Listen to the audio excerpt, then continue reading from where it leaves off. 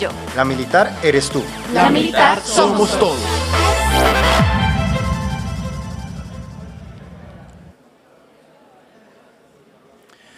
Distinguidas autoridades e invitados especiales, señoras y señores, tengan todos ustedes muy buenas tardes. Le damos la bienvenida al aula máxima de la Universidad Militar Nueva Granada, que en el día de hoy nos acoge para la inauguración del 13º Encuentro Institucional de Investigación, que tiene como lema este año los desafíos de la ciencia. Los invito a ponerse de pie y entonar las notas marciales del Himno Nacional de la República de Colombia.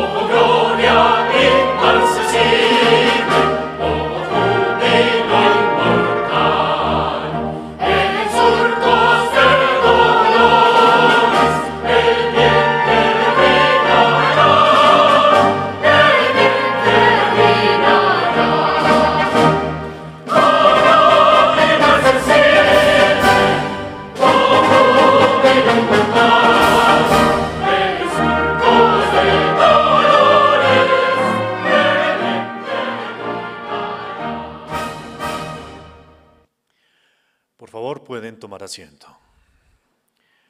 A continuación, palabras del señor Brigadier General Hugo Rodríguez Durán, rector de la Universidad Militar Nueva Granada.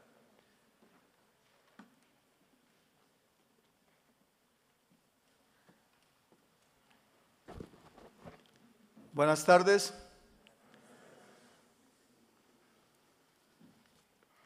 Doctor Diego Rosso, director Web Center, Universidad de California, Invirme. Doctora Sandra Cinde, consultora de IDON. Doctora Marcela Iregui, vicerrectora de investigaciones. Doctora Olga Higuera, vicerrectora académica. Vicerrectores que están presentes acá. Señores decanos, directores de programa, directores de centro de investigaciones, profesores, estudiantes, egresados, personal administrativo, señoras y señores. Más que saludo o palabras, yo quiero traerles un mensaje hoy en día a todos los que hacemos parte de esta comunidad académica de esta universidad. Hoy en día, la investigación es una faceta que siempre ha estado, por supuesto, dentro de las funciones misionales de las universidades, pero que hoy en día está siendo vista de otra manera. Y es ahí donde yo quiero llamar la atención especialmente de los estudiantes y de los profesores. La responsabilidad que nosotros tenemos para que esa investigación llegue más allá de lo que nosotros creemos que debe ser.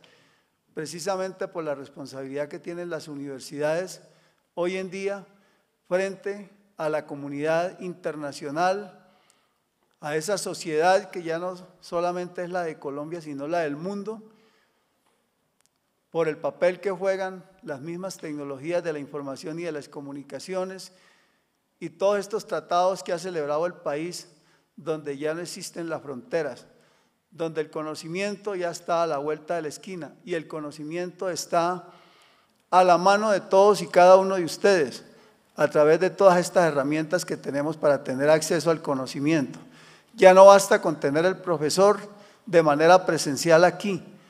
Sí lo vamos a tener aquí de manera presencial, pero ese profesor viene aquí y va a tener un compromiso de seguir participando con la universidad a través de las tecnologías de la información y de las comunicaciones en un auditorio como este. Y como yo sé que nos están siguiendo por streaming, allá desde la sede Campus Nueva Granada, allá también los profesores y los estudiantes. Pero si no hay una conciencia de lo que significa la investigación para el mismo desarrollo del país, para mejorar las condiciones de vida de los colombianos y por supuesto de los habitantes de todo este globo terráqueo, difícilmente vamos a desarrollarnos como país. Ustedes tienen la solución, ustedes jóvenes estudiantes, mañana profesionales y ya con posgrados, etcétera, ustedes son los responsables que este país salga del subdesarrollo y logremos estar a la altura de todos o de cualquier país del mundo, precisamente a través de este conocimiento y a través de los proyectos que podamos llegar a desarrollar para que sean una respuesta a las necesidades de país y de mundo. Pero para eso requerimos de una adecuada capacitación, por supuesto. Tenemos los profesores capacitados para ello. Tenemos unos grupos de investigación que reúnen todas esas condiciones para que el paso de ustedes por la universidad pues sea fructífero, para que puedan cumplir ese sueño de venir a la universidad y llegar a servirle a la sociedad, pero haciendo que esa sociedad no se quede solamente en la capacitación, sino que trascienda y que sea una transformación social, que es lo que esperan las universidades hoy en día, esperan los gobiernos hoy en día y espera el mundo hoy en día. Que ustedes no sean unos estudiantes pasivos en la universidad, sino que incursionen mucho más allá, que adquieran unas habilidades y unas destrezas que les permitan tener un perfil innovador, un perfil emprendedor. Y es el estudiante que va a salir ya como profesional, como graduado, no a buscar trabajo, sino por el contrario a generar trabajo a través del emprendimiento, a través de la innovación o simplemente quedarse siendo un investigador. Precisamente porque es lo que está necesitando el país y el mundo hoy en día. Pasar de ser un tema que se quede en la mera reflexión a desarrollar esas habilidades y esas destrezas que los lleven a ustedes a desarrollar un proyecto de investigación, ya sea un proyecto de iniciación científica, participando como auxiliares de investigación en un proyecto de investigación o trabajando un proyecto de grado que lo deben de iniciar desde que llegan a la universidad, que ustedes saben que lo pueden hacer dentro del concepto de la interdisciplinaridad con estudiantes de otros programas, de otras disciplinas, de tal manera que al término de su etapa de pregrado, ustedes puedan hacer unas prácticas y unas pasantías en una empresa, en una entidad con las cuales tenemos convenios o tienen convenios allá en cada uno de sus programas, pero van a llegar ustedes a hacer una respuesta a un problema, a una necesidad que puede tener una empresa, hoy en día la empresa privada o una entidad del Estado, cualquiera que sea. Dentro de este contexto, en el día de hoy, pues vamos a tener unas personas que nos van a hablar de estos temas. Y no es otra cosa que cómo buscamos incentivarlos a ustedes para que entendamos que la investigación está a la misma altura o está a la par de la calidad que tenemos que tener también en la docencia, como lo es también hoy en día la proyección social, como es la internacionalización del conocimiento. Aquí no hay una función sustantiva más importante que la otra. Todas están a la misma altura, pero es lo que tenemos que entender y es la responsabilidad que tenemos. El concepto de integridad científica, pues esto no tiene nada diferente a que tenemos que cumplir con unas políticas y unas políticas sanas en materia de lo que significa la investigación. Y para que eso exista, pues los proyectos de investigación o los proyectos de iniciación científica que ustedes pueden desarrollar aquí en la universidad, no se tienen que quedar en la mera ponencia, sino que tienen que trascender más. Tienen que trascender al verdadero resultado de un producto derivado de un proyecto de investigación. Y ahí viene el tema de la calidad. Viene el tema de la calidad de esos productos derivados de esos proyectos de investigación. Todas las universidades están en la misma tónica. Hoy en día la educación está pasando por ser un mercado totalmente competitivo. ¿Y con qué tenemos que competir nosotros como universidad? Con la calidad. Y también tenemos que competir con la ética, que esos productos derivados de esos proyectos de investigación, así sea un proyecto de iniciación científica, pues tienen que cumplir con unos parámetros de calidad.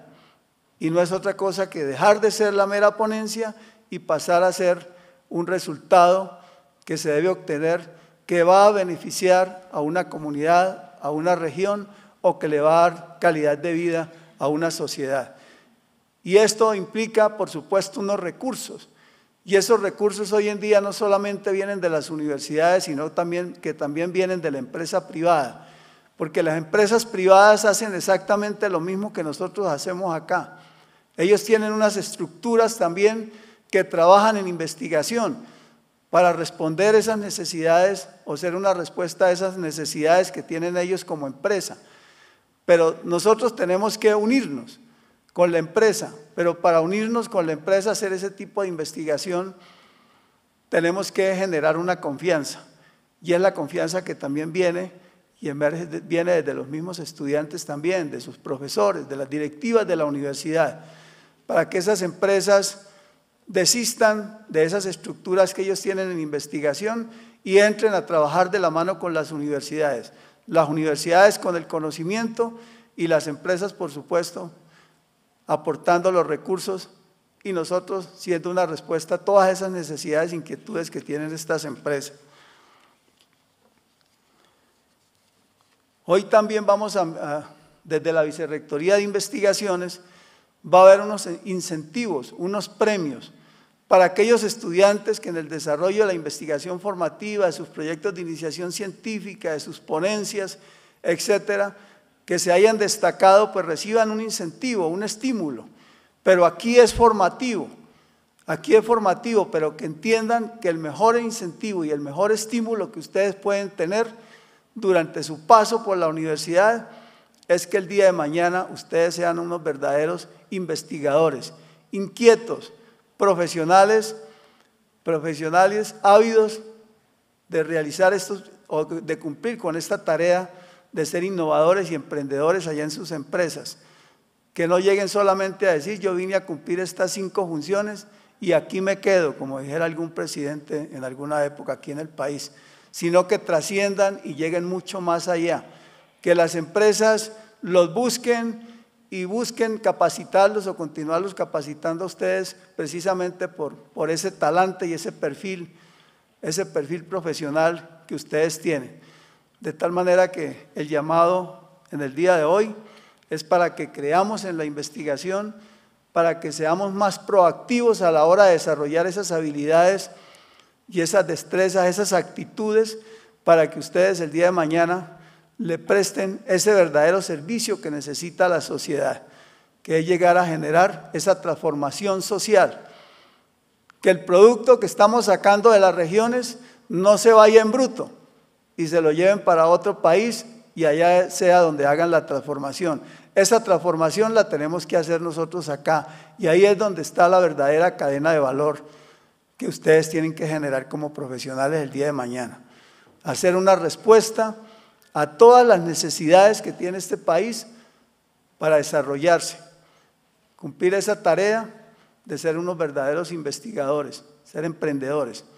Y es lo que está propiciando hoy en día también desde el gobierno nacional, que fue parte de lo que expresó nuestro presidente Duque cuando se posesionó.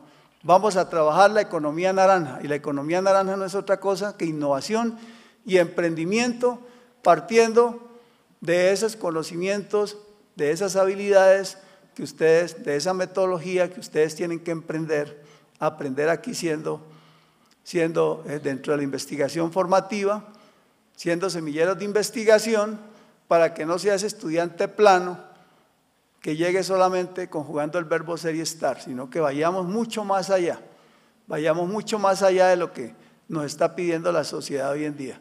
Espero que aprovechen mucho a estos profesores, tanto los extranjeros como los que van a participar acá, nacionales, que no vienen a hacer nada diferente, a motivarlos a ustedes para que crean en la investigación como un modelo de desarrollo, como un modelo de progreso para nuestro país. Muchos éxitos y que de aquí salgan ustedes convencidos de esta responsabilidad que tenemos como estudiantes, como profesores, como graduados, como egresados, como directivos, hoy en día por parte de las universidades. Muchas gracias.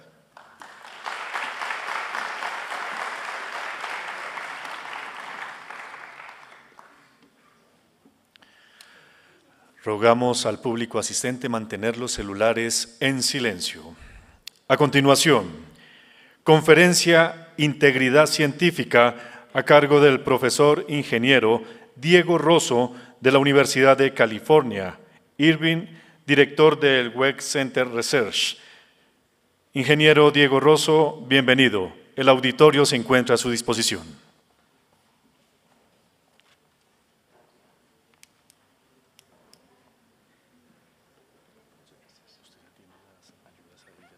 No, yo pienso que puedo hacerlo. Está listo, ¿verdad? Sí, bueno. No, eso está bien. Sí, está bien, no se preocupe.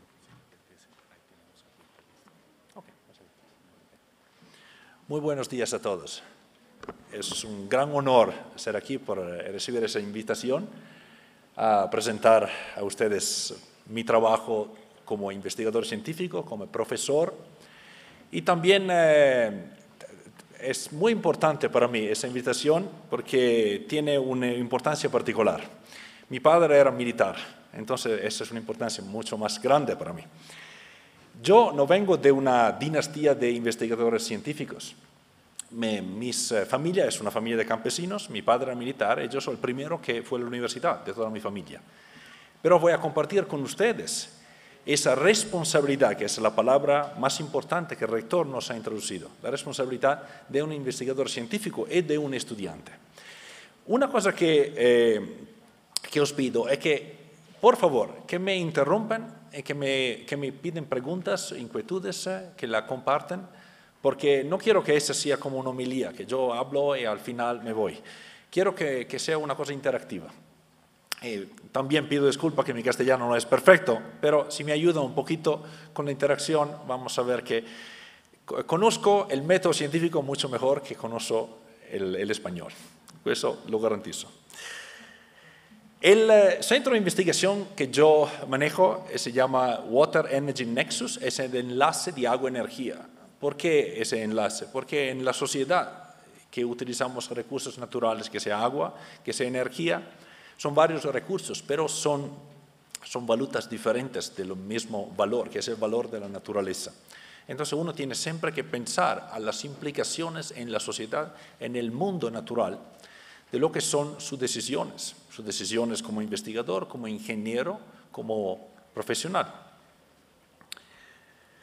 Hay varias palabras llave que van a aparecer en las diapositivas y vamos a ver cuál es la función de cada una de esas palabras. Mi favorita es desobediencia, porque son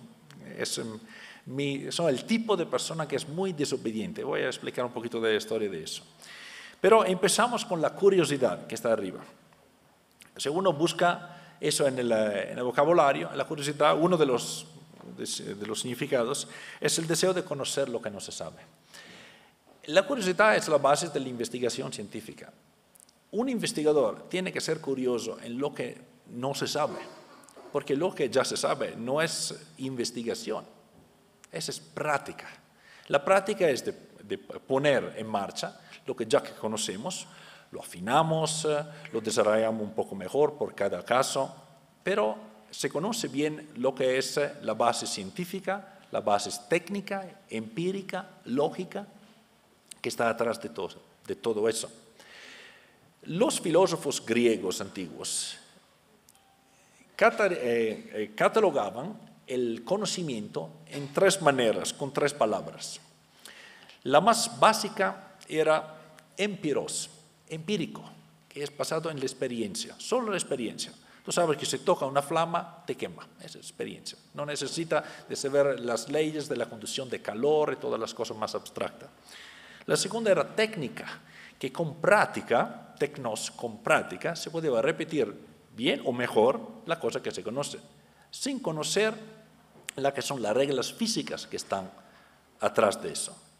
El nivel de conocimiento más importante era logos, la lógica, la capacidad de la abstracción mental de un proceso natural, de ver lo que no se puede ver. Ese es el trabajo de los ingenieros.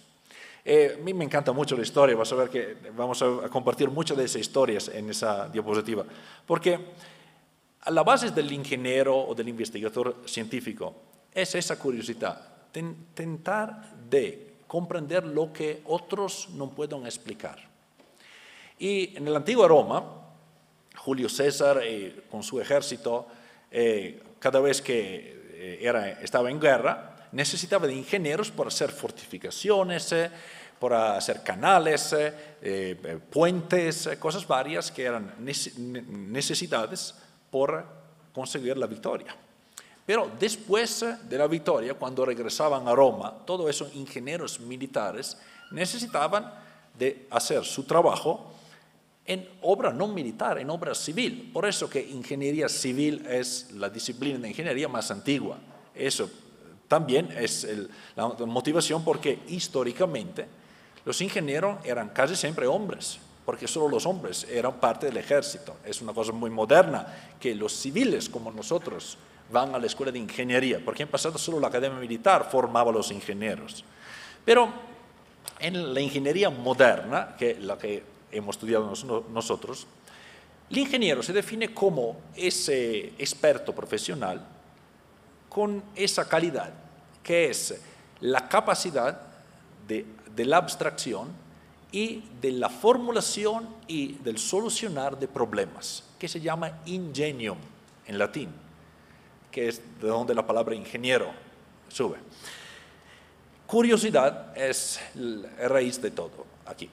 Y yo tengo mucha suerte porque en mi vida, he pasado la mitad de mi vida en Los Ángeles, conocí por caso un artista y alquilé un cuarto en su casa, una habitación en su casa. Era un artista que no era muy conocido, ahora es uno de los más famosos al mundo, pero hace 20 años era un artista conocido pero a nivel local. He conocido muchos artistas en Los Ángeles, muchas amigas y amigas con quien compartía mucha historia de artistas.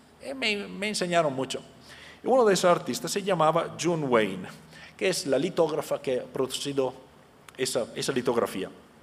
Era una señora pequeñita y con una lengua que era increíble, una habilidad de hablar en inglés perfecta, perfecta.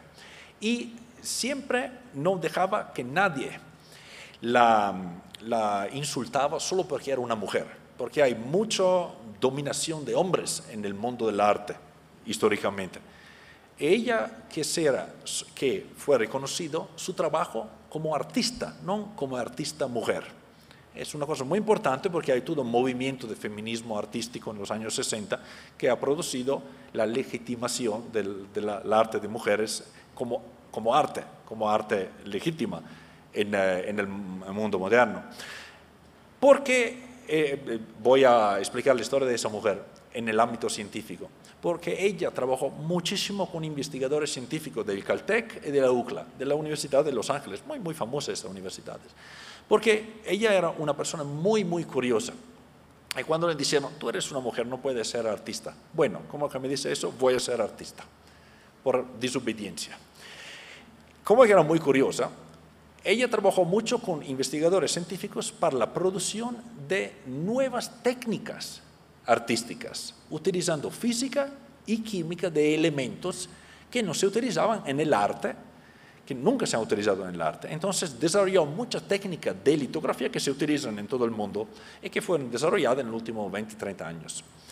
Esa técnica fue nacida de su curiosidad, no de un plan científico de desarrollo. Porque es muy importante esa curiosidad. Porque ella siempre me decía, tu trabajo como profesor es de fomentar la curiosidad de tus estudiantes. Si los estudiantes no son curiosos, no tengo interés a desarrollar nuevo conocimiento, a descubrir cosas nuevas, tu trabajo es un fallimento completo. Tú necesitas que fomentar la curiosidad de los estudiantes, porque ella siempre decía eso, hay una necesidad desesperada por un suministro de curiosidad. Porque no hay mucha curiosidad en el mundo, la gente se pone enfrente de una pantalla y pasivamente absorbe como una esponja lo que la pantalla irradia. Pero uno necesita ver más que lo que te transmite, la imagen, que transmite el sonido, que transmite el vídeo. Y esa curiosidad es una cosa intelectual, es un nivel más importante de conocimiento. No es solo el conocimiento pasivo, pero es un conocimiento activo. En el desarrollar lo que es un nuevo conocimiento, un nuevo campo de conocimiento, mismo si es solo una nueva fórmula matemática o nuevos datos que un otro va a conceptualizar una fórmula matemática. El trabajo de 1000 investigadores científicos va a ser la fortuna de uno, tal vez. Y los otros 999 han contribuido a eso, pero son todos investigadores científicos. Eso es la parte más interesante de la ciencia, que es un trabajo colectivo, no es un trabajo individual, que es muy diferente del arte, donde recordamos siempre el artista, porque es muy individual. Entonces, uno de los conceptos más importantes de eso es la filosofía. Me recuerdo en la escuela superior, una de las torturas más terribles que me recuerdo era estudiar filosofía, la odiaba. Pero lo que me recuerdo de la filosofía, de la escuela superior, es que me enseñaron los maestros que hay mucha gente que pasaba toda su vida a intentar de comprender cómo la gente comprende, cómo la gente aprende cosas nuevas. Lo que es que la gente va a descubrir del mundo. Si uno va a buscar en el vocabulario filosofía, al final filosofía es el amor de la sabiduría, el descubrir el mundo y los que son las reglas del funcionamiento del mundo. ¿Por qué la filosofía es muy importante? Porque históricamente no había ciencia. No es que un día un rector de una universidad se despertó e inventó la Facultad de Ciencias. Es un proceso que en varios siglos se desarrolló. Y yo tengo mucha suerte porque yo he estudiado a Padova, la universidad donde un profesor que se llamaba Galileo desarrolló ese método científico. Pero en la universidad, por los primeros 300-400 años de la vida de la universidad, que no tiene más que 900 años como institución, pero en esas universidades medievales había a su comienzo solo un tipo de estudio, que se llamaba filosofía, que era el conocimiento más avanzado que uno podía conseguir en su vida escolar, en su vida académica. En esa universidad se estudiaba filosofía y después, como que se distinguían más las materias, se distinguía la filosofía moral, que era la religión, y la filosofía se llamaba jurisfilosofía, que era la ley, la jurisprudencia. Y cuando Galileo empezó a enseñar ahí, se desarrolló también esa otra materia, que era la filosofía natural, el amor del conocimiento de la natura, de la naturaleza, de los fenómenos naturales. Eso es lo que nosotros llamamos todavía ciencia. La ciencia no se llamaba ciencia en esa época, pero se llamaba filosofía natural. Y los maestros, a diferencia de la escuela donde los maestros enseñaban, a la universidad los maestros se llamaban profesores, ellos profesaban, porque era al límite de una religión el profesar. El profesar es una cosa que hace el Papa de su cátedra, porque era el nivel máximo de conocimiento a un nivel tal que no se podía hacer prueba de ese conocimiento. Y esa es la contribución más importante científica de Galileo, que él se dé cuenta de lo que era la necesidad de la reproducción de los experimentos, de la transición de la alquimia a la ciencia, de lo que era la opinión de un mago a lo que era el facto científico que se podía reproducir por varios investigadores científicos en varias épocas, sin el investigador principal, que era él. Y si todavía uno sale en la Torre de Pisa y deja esa botella de agua, hay una ley física que te dice en cuántos segundos cae a tierra. Y se puede reproducir millones de veces, porque esa ley es independiente del investigador. Eso es el método científico. Entonces, esos profesores que profesaban no solo enseñaban lo que eran los fenómenos físicos que hay en el medio ambiente, en el universo, pero también enseñaban a sus estudiantes cómo hacerlo en solo, sin ayuda del profesor. Eso se convirtió en lo que es la universidad, como una academia para entrenar los profesionales que vayan en su carrera y lo hagan sin mano a mano el profesor que le ayuda. Eso es la historia que está atrás de eso. Porque hay toda esa introducción histórica en la temática de la integridad científica. Porque una de las cosas más importantes de la ciencia es que sea reproducible, que sea transparente, que no sea una opinión. La ciencia, hay teorías que tienen que ser demostradas. Cuando están demostradas, no se opina si te gusta o no te gusta. Y si está demostrada, es un facto, no es una opinión. Hay teorías que no se pueden demostrar. No podemos demostrar la teoría de la evolución, porque no podemos construir una máquina del tiempo y regresar millones de años y ver lo que pasaba y hacer experimentos. Es una teoría que no tenemos manera de comprobarla. Pero hay teorías que se pueden probar. Esas son hipótesis científicas. La hipótesis es una explicación teórica de un fenómeno físico. Y se puede probar si es vera o no, si marcha o no. Esa es la tesis. La prueba de la hipótesis se llama tesis, como una tesis doctoral, una tesis de maestría. Hay una hipótesis atrás. Y la tesis es el escrito que va a ver si se puede probar esa cosa y se puede reproducir. ¿Y cuáles son los límites? Esa hipótesis no es universal, es limitada. ¿Cuáles son los límites? El trabajo de un ingeniero, de un investigador científico, de un profesional que trabaja en ciencia o ciencia aplicada como un ingeniero, es un trabajo que es basado en la transparencia. Eso es un trabajo muy, muy importante, la responsabilidad que el rector ha introducido al comienzo de ese evento. Es a la base de todo, porque uno puede hablar, charlar de varias materias del universo, muy interesante. Bueno, pero la cosa más importante es que al final de cualquier charla, si hay una teoría científica que se puede probar, la transparencia de esa teoría es ahí. Es claro por todo. Obvio que ese trabajo no lo pueden hacer todos. Uno tiene que nacer con esa característica, esa habilidad de la abstracción científica, de la abstracción técnica. No es una cosa que uno puede enseñar a la universidad. Leonardo nunca fue a la Universidad de Ingeniería, pero el más importante ingeniero de la historia, porque tenía ese dono, esa habilidad mental.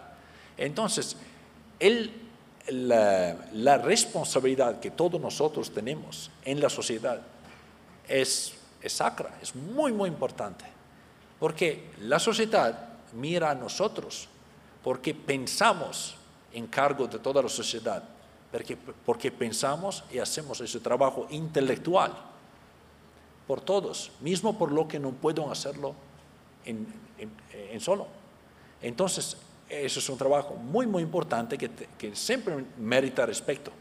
Y merita respeto porque hay varios incentivos para desviar lo que es la misión científica, la misión de un ingeniero.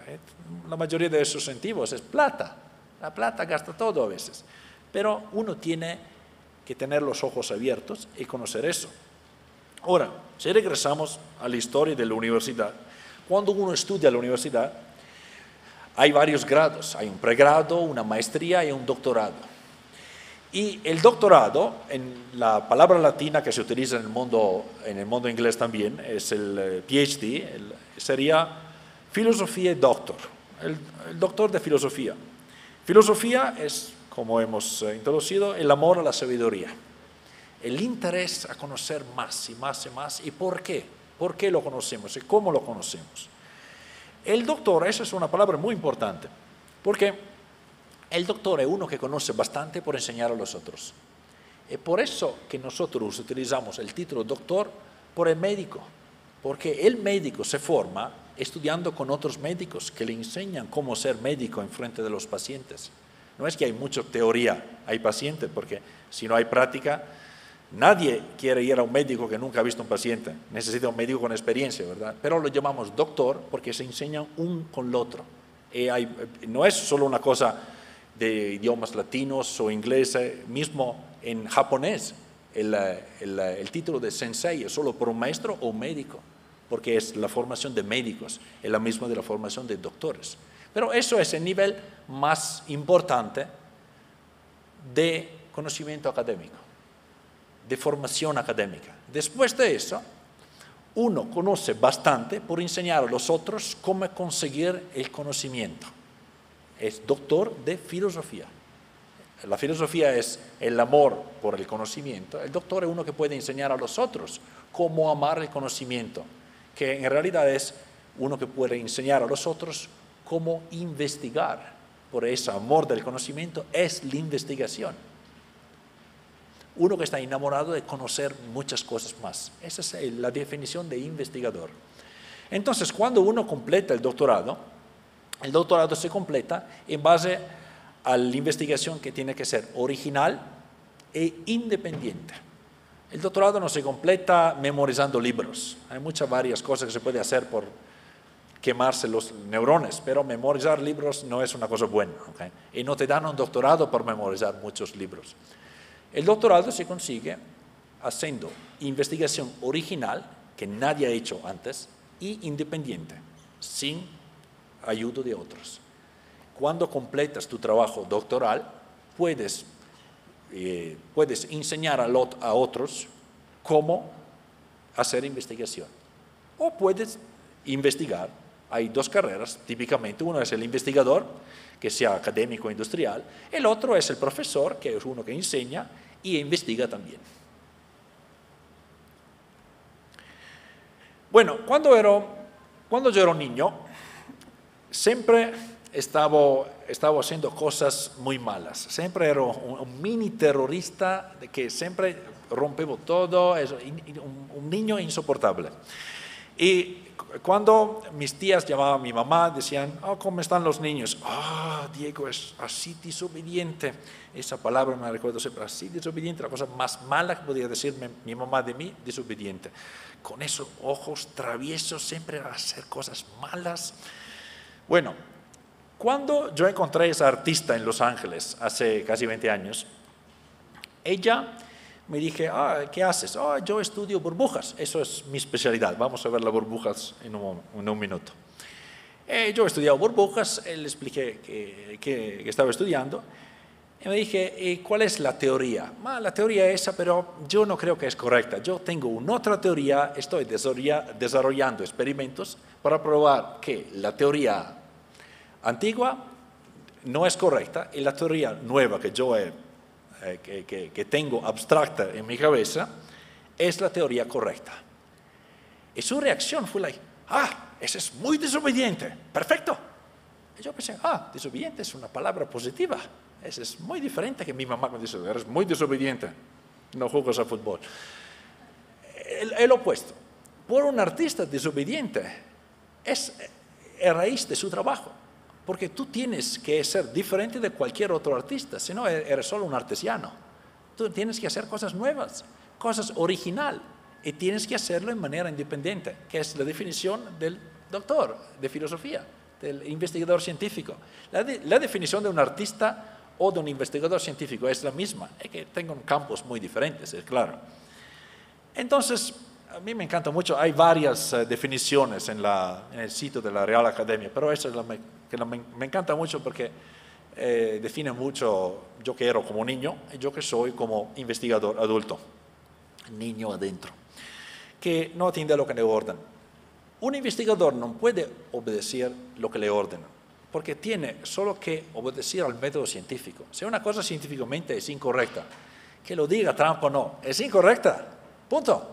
No es que hay un poder, una fuerza superior a la ciencia que puede nos decir lo que es ciencia, lo que no es ciencia. La ciencia es una cosa que es transparente, por todos tiene que ser claro. Si Richard Feynman, que era un físico del Caltech que ganó el premio Nobel por la física en 1967, porque descubrió el neutrino, él siempre decía que si no puedes explicar un concepto científico a un estudiante de la escuela elemental, ese concepto no existe, existe solo en tu cabeza. Es una invención de tu cabeza. Tiene que ser transparente por los niños. Si no, no es un concepto científico, es una invención. Y voy a mostrarle esa foto. Esa foto es una foto que tiene mucho significado conmigo, porque esa fue mi defensa de mi tesis a la Universidad de Padova, hace varios años. Uno puede mirar que había pelo en mi cabeza. Yo soy la mano izquierda. Y esa es la fase final de la proclamación. Después de la presentación, uno presenta la tesis y después te descargan fuera de la sala. Y la comisión de todos los profesores, con su traje muy formal, hace una deliberación, te llaman adentro y te hacen la proclamación y te proclaman doctor de bla, bla, bla, cual que sea tu materia. Y tú te presentas ahí, en frente de eso, tribunal doctoral, en España lo llaman tribunal doctoral, parece que te queman como una bruja. En frente de ese tribunal doctoral, tú tienes que defender tu tesis. Tú tienes una hipótesis y tienes que desarrollar una tesis, desarrollarla, que es probarla, esa tesis, y en frente de ese tribunal. Ellos te atacan y tú tienes que defender tu tesis, porque si es transparente se defiende sin ayuda. Y la única persona que te acompaña es tu profesor, tu supervisor, que es el único que está a mano derecha, es el único con el traje, no con el traje formal, que es como tu abogado en el tribunal, en ese tribunal de la Inquisición científica. La cosa que quiero mostrar no es mostrar que yo he completado mis estudios en esa universidad. Bueno, es un honor completar los estudios en esa sala. Esa es la sala donde Galileo tenía sus clases. donde profesaba Galileo, ¿ok? Y varios otros profesores famosos. Pero la cosa importante aquí es ese detalle que está atrás, esa estatua, ese simulacro aquí con pequeñito en mármol. Esa es Elena Lucrezia Cornaro Piscopia. Esa fue la primera mujer al mundo a ir a la universidad. Ella completó sus estudios en esa sala, un poquito antes que mí. Era una mujer de una familia muy rica de Venecia, mercantes riquísimos. Y un día se presentó a su padre diciendo, yo quiero irme a la universidad. ¡Ay, escándalo, una mujer a la universidad! ¿Qué quieres hacer una mujer a la universidad? ¿Tu trabajo es casarte con un hombre? No, yo soy inteligente. ¿Cómo se dice aquí? Pila. Y quiero ir a la universidad. ¡Ah, qué escándalo, universidad! ¿Qué quieres estudiar? Yo quiero estudiar filosofía moral. No, es un pecado. Religión y mujeres, incompatible. Entonces había solo dos materias, religión y la otra materia era la ley. Estudió por diventar abogado. Es claro que no necesitaba de un trabajo de abogado, era riquísima de familia. Pero era solo porque, por su desobediencia personal, cuando le dijeron, tú no puedes hacer esto porque eres una mujer, ¿por qué no? Ella se presentó a pelos, muchos escándalos académicos, porque los profesores miraron, hay una mujer aquí. Uno tiene que recordarse que en el 1600, Padua tal vez era como la Arabia Saudí en el 2018, mujeres y hombres completamente separados. Entonces uno tiene que pensar que era una otra época completamente diferente. Con su desobediencia, abrí las puertas porque las mujeres se matriculaban en cualquier universidad, porque había un precedente. Una que rompió la regla, que se convirtió en una otra regla. Esa desobediencia es muy, muy importante, porque su desobediencia civil, en ese caso, se trasladó en una desobediencia intelectual. ¿Por qué enseñar solo las cosas que son típicas cuando uno puede decir, no, yo no creo eso, porque no hay una demostración de eso. Vamos a ver lo que son las alternativas. ¿Cuál es la regla que dice que no puedo ir a la universidad? ¿Cuál es la regla que dice que la Tierra no está al centro del universo? Es claro que hay gente que finió en la cárcel por esos desafíos, pero eso es a raíz de la investigación científica. Y la mujer que mencioné antes, que esa artista que me dice, eres muy desobediente, como un complemento, es una artista minimalista geométrica. Esa es una de sus pinturas muy, muy geométricas. Uno va al MoMA, a los varios museos grandes del mundo, hay sus óperas como esa.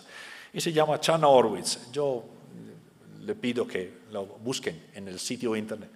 Una mujer que en los años 60, todo se daban, ¿cómo se dice? Daban burla. Decían, tú, mujer artista, no, tu arte son dibujitos. Esa gente que decía eso de ellas no son famosos, pero ella está en los grandes museos del mundo porque tenía conceptos que eran revolucionarios en el arte. Y no es la única, hay mucho más de esas. Entonces, que la busquen esas, porque en arte, en ciencia, van mano a mano, por eso. Bueno, yo siempre decía que la inspiración es la base de la investigación. El otro artista, June Wayne, la litógrafa, siempre me corregía diciendo, no es inspiración, es la curiosidad. Es la curiosidad. Muchas veces hemos hablado de eso por noches, hasta las 2 o 3 de la mañana, hablar de la diferencia de inspiración y curiosidad. La cosa más curiosa es que esa mujer murió, pero tenía como 90 años.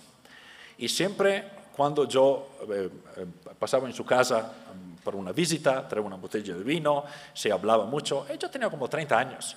Y siempre me decía, si fuera 10 años más joven, bueno, tendrías 80 años, eso pensaba. Ella estaba enamorada de mi cerebro, porque la gente de su edad no le daba atención, porque era una mujer. Los hombres de 80 años no respetaban mucho a las mujeres de 80 años. Una otra generación cambió mucho ese punto de vista. Eso es muy, muy importante, esa cosa. Inspiración. En el vocabulario, el segundo significado es el estímulo repentino que favorece la creatividad. Entonces, ese es el estímulo que favorece la creatividad. Pero uno tiene que tener esa creatividad, tiene que tenerla como dono. Con estímulos se puede fomentar, pero la creatividad es la raíz mismo de eso. Por eso que siempre me corregía. ¿Sabéis por qué es el significado número 2? ¿Cuál es el número 1? De inspiración. Es una cosa muy curiosa. Tomar aire. Completamente de otra materia. Regresamos a la sala de Galileo, porque esa es una cosa muy interesante. En esta sala, aquí está de nuevo otra foto de la proclamación, estoy ahí en frente del tribunal doctoral, y a la derecha hay muchas cabezas humanas de esqueletos, porque esos son de los estudios de anatomía de Galileo, que hacía la autopsia ahí en frente de los estudiantes. Galileo hacía autopsias, anatomía, astronomía, porque no había la materia científica, se llamaba filosofía natural y cualquier cosa se enseñaba, porque era el comienzo de la ciencia. Y en la pared hay cuatro cuadros, en cada una pintura es el retrato de la cara de 4 notables de Padua. Se llaman notables porque son personas famosas que consiguieron sus estudios académicos en esa sala. Y yo soy que estoy esperando esa proclamación, hay varias fórmulas legales que te dicen nombre del rector, del presidente de la República, del perro del presidente de la República.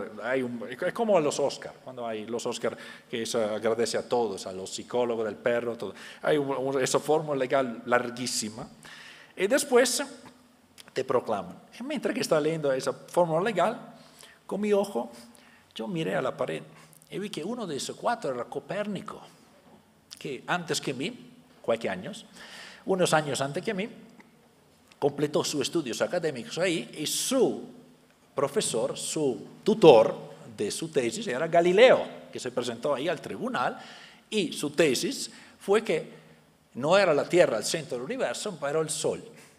Y con sus demostraciones astronómicas, todas varias, cálculos matemáticos, demostró esa cosa. Es claro que la cárcel era inmediata después, porque el Papa, la Tierra no está al centro del universo. La historia de esa universidad fueron profesores que en fuga, escapando de Bolonia, donde el Papa podía censurar los profesores. El dueño de Padua perdió una guerra contra el Papa y abrí las puertas de su ciudad como asilo político a todo que hablaban mal del Papa. Es claro, porque no era muy iluminado. Lo llamaban el terrible, es del himno de romano, el terrible. Entonces, cualquier profesor que quisiera hablar la verdad sin filtro, podía trabajar a Padua. Por eso que tiene esa historia de una universidad muy subversiva, muy desobediente. Y varias personas muy importantes que han contribuido a la historia de la ciencia universal pasaron de esa sala. Y yo, ¿quién soy yo por pasar en la misma sala de esa persona así famosas, así importantes, que cambiaron literalmente el universo? El centro del universo se trasladó de una estrella a un planeta a una estrella, con el trabajo de uno de esos. Y los otros, uno descubrió la electricidad, el otro inventó la anatomía moderna, son personas muy, muy importantes los otros. Y yo, ¿quién soy yo por ser en esa sala? Cada uno tiene su contribución. No solo los famosos pasan de esa sala, pasan de la universidad, salen con un título y van a trabajar.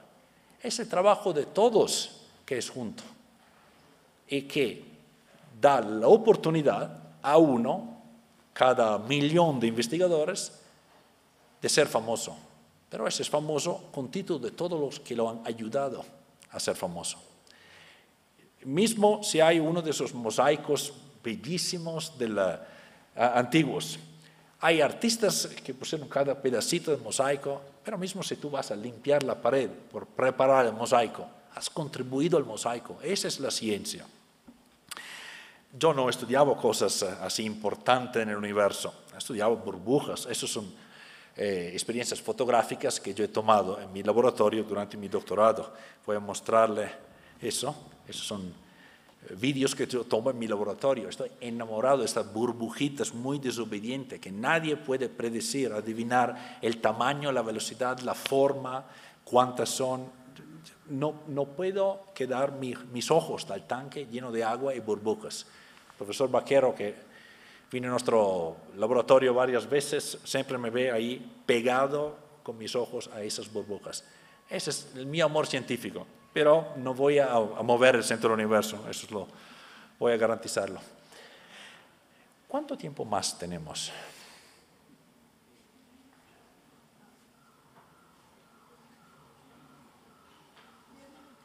10 minutos, bueno, muchas gracias. Entonces, eso como le he introducido, el doctor, ¿okay? La persona que se dedica a la medicina, pero es la persona que ha el más alto grado académico, que puede enseñar a los otros. Es una cosa muy importante. Y yo quiero que cualquier estudiante en esa sala que piensa, nunca puedo ser doctor. Cuando yo hice esto, yo pensaba, completo, eso, el título de doctor en ingeniería química en Italia es más o menos como una maestría, ¿okay? No es como un título de doctorado, es una cosa muy diferente. Eso se llama doctor de investigación, el doctorado. Pero con ese título uno puede enseñar, puede trabajar como ingeniero. Y yo pensaba, eso es todo, no quiero estudiar más, investigar nada, me voy a trabajar en ingeniería, un trabajo normal de ingeniero, está bien. Y encontré, durante un año de experiencia fuera de Padua, yo me fui por un año de estudio a la UCLA, a Los Ángeles, donde encontré a ese profesor que se llama Michael Stenstrom. Y yo le pide si tenía experiencia por estudiantes, por investigar, ayudar en laboratorio, para ver lo que pasa en un laboratorio. Yo nunca tenía experiencia en laboratorio. Y me dije, sí, ¿por qué no vienes la próxima semana, lunes? Lunes trabajo, profesor, puedo venir martes. ¿Trabajas? ¿Qué haces? Bueno, yo soy camarero al restaurante de la universidad. Camarero, tú estudias ingeniería y tienes que trabajar como ingeniero. Inmediatamente quité ese trabajo, vine a trabajar en mi laboratorio. Y trabajé con él por 8 años. Trabajé en su laboratorio y vi esas burbujas, me mesmerizaron.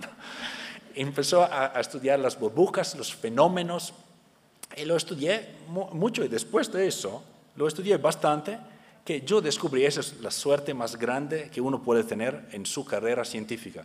Yo he descubierto un fenómeno científico que nadie antes que mí sabía.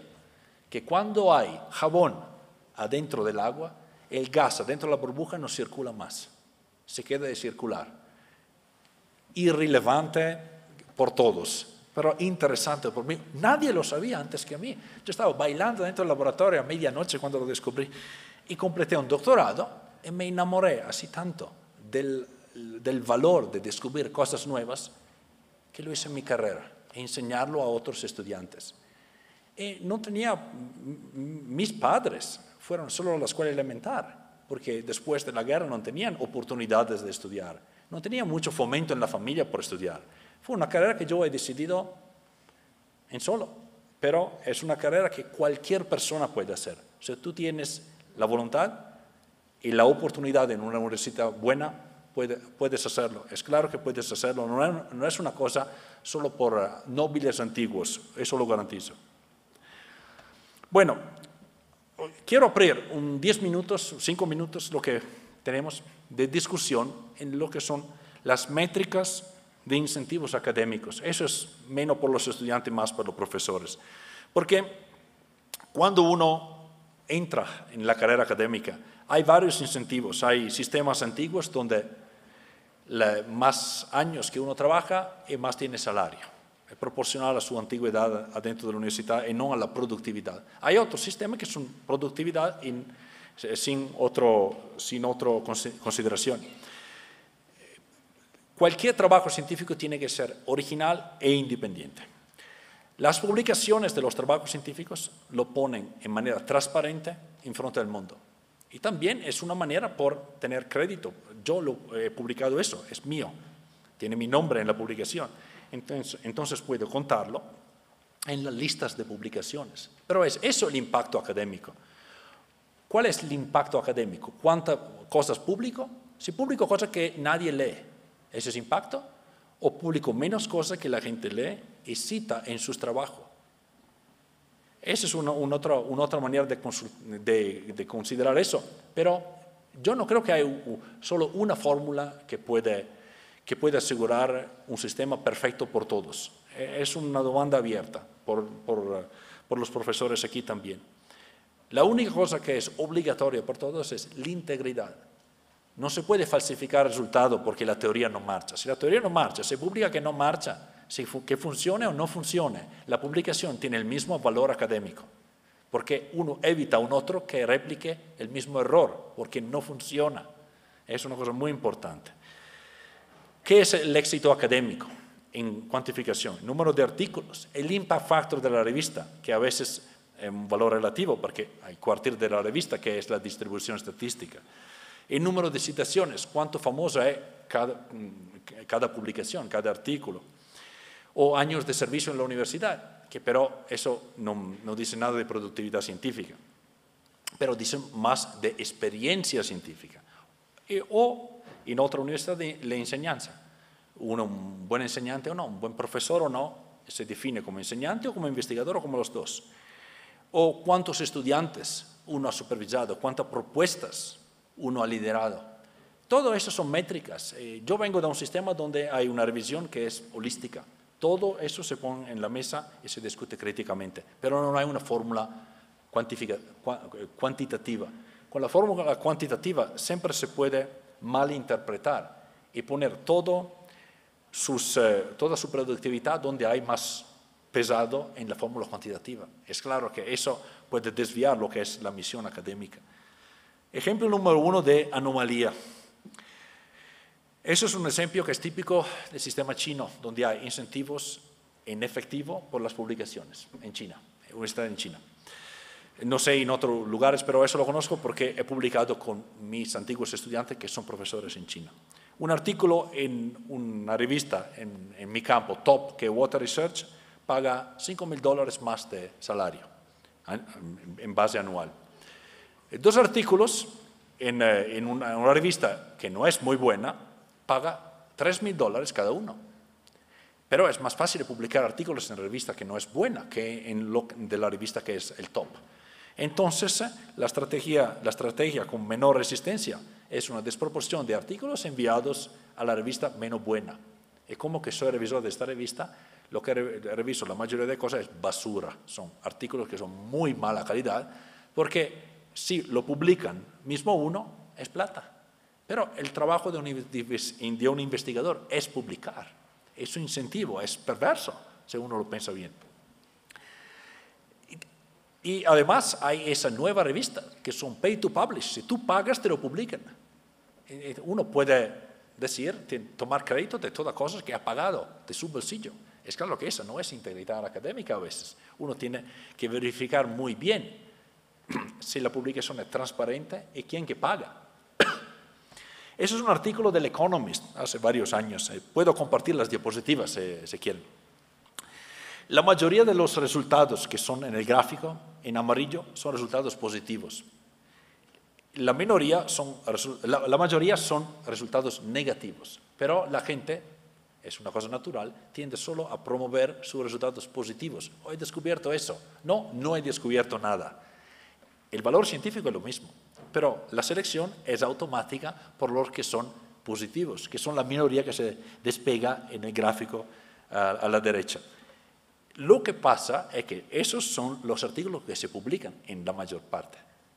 La mayoría de los artículos no se publican porque se olvidan de publicar los que son test que son falsos, que te dicen, esa teoría no funciona. Y tiene el mismo valor científico de la teoría que funciona. Esa es una cosa muy importante que los investigadores científicos tengo que tener en su cabeza. La otra es un artículo de Mark Edward, un colega de Virginia Tech, muy famoso porque ha estudiado varios casos de contaminación de agua, como el caso de Flint, donde todo está envenenado por el agua del grifo en Michigan. Y él es muy crítico de esos incentivos, donde los profesores tengan siempre que conseguir más plata fuera de la universidad para pagar sus estudiantes, para pagar su salario del verano, como nosotros.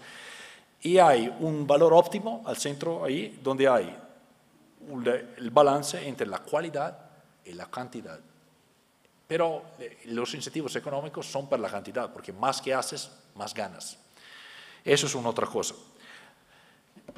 La plata a veces gasta todo. Eso es un artículo de Washington Post donde investigadores de Johns Hopkins, que es una de las escuelas de medicina más importantes del mundo, falsificaron los datos para conseguir más millones de dólares del Instituto Nacional de la Salud. ¿Por qué falsificaron eso? Porque si tú tienes siempre datos positivos, te dan más plata. Entonces falsificaron los datos negativos por conseguir más millones de dólares. Hablamos de 20 y 30 millones de dólares en 10 años. Fue una conspiración enorme, fue en todos los diarios. Al final la universidad cerró el programa de investigación, despidieron al profesor y uno de los investigadores se mató porque cuando descubrieron que falsificó todo ¿cómo se dice? La vergüenza, se mató. Todo eso en el gráfico al lado es el gráfico del porcentaje de propuestas que son financiadas. En pasado era casi 50%, ahora es muy bajo, entonces tiene mucha competición por eso. Más difícil la competición y más el riesgo que la gente va a hacer cosas que no son legales. Eso no es claro que no es por todo eso. Nosotros somos personas honestas, pero hay siempre personas deshonestas en el mundo. Entonces, ¿qué es que define el impacto? El número de citaciones, el número de artículos, la aplicación de conocimiento en la industria. Si uno escribe un solo artículo en su carrera, donde descubre la cura del cáncer, ¿ese no es impacto porque ha sido solo un artículo? Si hay un impacto en la sociedad, esa es la cosa más importante al final. Y la última cosa que tengo que introducir es que la innovación, que vamos a escuchar en un minuto de innovación, es el paso después a la investigación. Uno investiga a la universidad, pero después tiene que transicionar del conocimiento académico a un conocimiento real a través de mecanismos de innovación. En mi experiencia, como que soy director de un centro de investigación, que su misión es de trabajar con industria, solo con industria. Hay varios cánones por trabajar con industria en innovación. Los profesores tienen que hablar el mismo idioma de la industria, no un idioma estrictamente académico. Los profesores tienen que haber practicado su profesión de manera que lo de la industria comprenda que son sus colegas, no son solo los profesores. Como los médicos que enseñan medicina, son también médicos. La otra cosa es que los profesores tengan que siempre pensar de involucrar valor en lo que es calidad del producto de investigación. Calidad no solo académica, calidad práctica, porque si no hay una calidad práctica, la industria se lo hace internamente, no necesita contratar con la universidad por un trabajo que no es práctico. Si no hay una práctica de esos resultados, no vale la pena. El último es que los profesores tengan que ser presentes. Cuando la industria te dice necesitamos que verte, que hacer un encuentro, uno tiene que presentarse, porque la industria tiene tiempos y ritmos que son muy diferentes de los estudios. A la universidad estamos siempre atrasados porque queremos siempre hacer el producto mejor por el artículo perfecto. Y cuando tiene uno un contrato legal, tiene una fecha límite, esa es la fecha límite. Entonces uno tiene que comprender que la industria tiene una otra manera de hacer negocio que la universidad. Y son dos cosas diferentes, pero que pueden hablar uno con el otro. Ese es el secreto, yo creo, por trabajo de investigación e innovación que funcione muy bien. Bueno, esa es mi dirección electrónica. Yo sé que he hablado demasiado. Eso es la dirección electrónica del sitio de mi centro. Si tengo varias preguntas, pueden siempre enviarme en el futuro sus preguntas, si quieren la diapositiva, cosas varias. Pero si tengo preguntas, podemos aprender, tenemos un minuto o dos por preguntas en la sala. Y muchas gracias.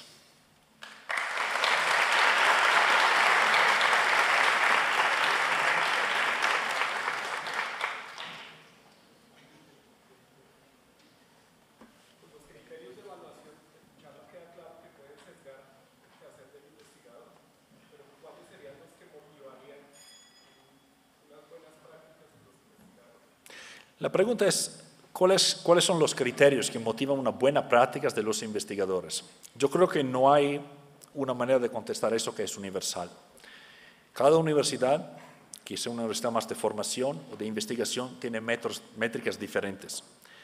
Diferentes profesores tienen métricas diferentes. En mi universidad tenemos un sistema multidimensional de revisión de los profesores de su carrera académica, pero tenemos profesores de enseñamiento y su método es el enseñamiento.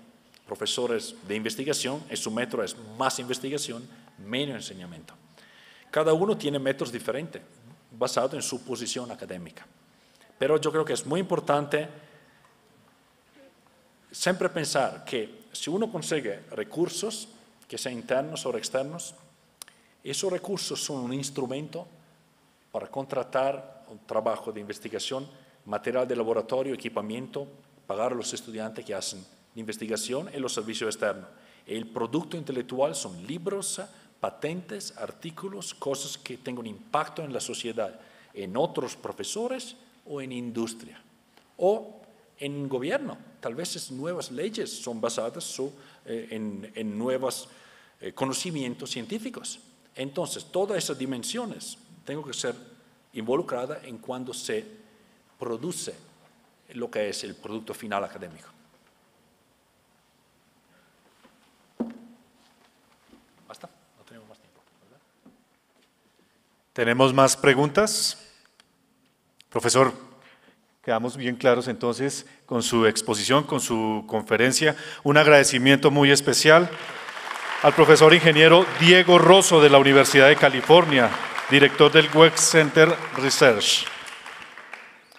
Continuando con la agenda programada para la inauguración del 13º Encuentro Institucional de Investigación, invitamos al desarrollo de la actividad TED Talk, Líder Wow, inspiradora a la señora Sandra Cinde Cantorna de la organización IDOM.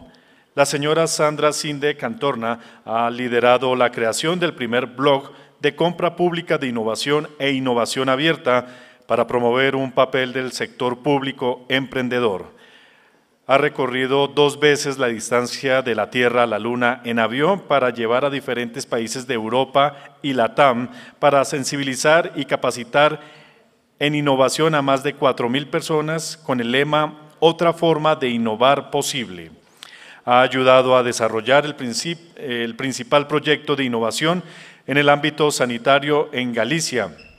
Con ustedes, la señora Sandra Cinde Cantorna, y posteriormente, en el marco de la inauguración del 13º Encuentro Institucional de Investigación, continuamos con el lanzamiento del proyecto Eureka. Por favor, la recibimos con un fuerte aplauso.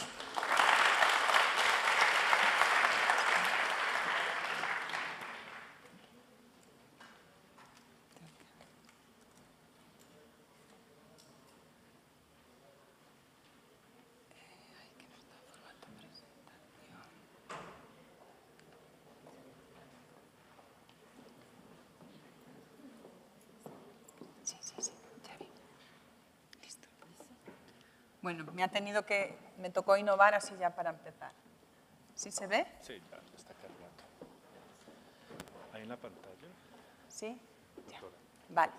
Bueno, me va a tocar la parte difícil porque yo ni soy doctora, ni soy investigadora, ni he hecho nada importante, no he descubierto nada que vaya a cambiar el mundo. Entonces, se preguntarán, ¿entonces a qué viene aquí? A contarnos. Bueno, pues yo me dedico a esa otra parte, que es cómo hacer que las personas seamos más innovadoras, ¿no? Y porque creo realmente que es algo que se puede aprender y que un innovador no nace, sino que se hace. Y el mundo necesita de muchas personas innovadoras.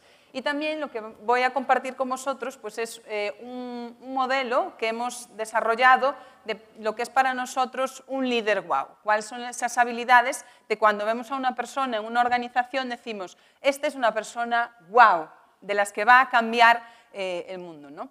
¿Y por qué? Porque al final pues las organizaciones no dejan de ser más que la suma de las personas que las componen.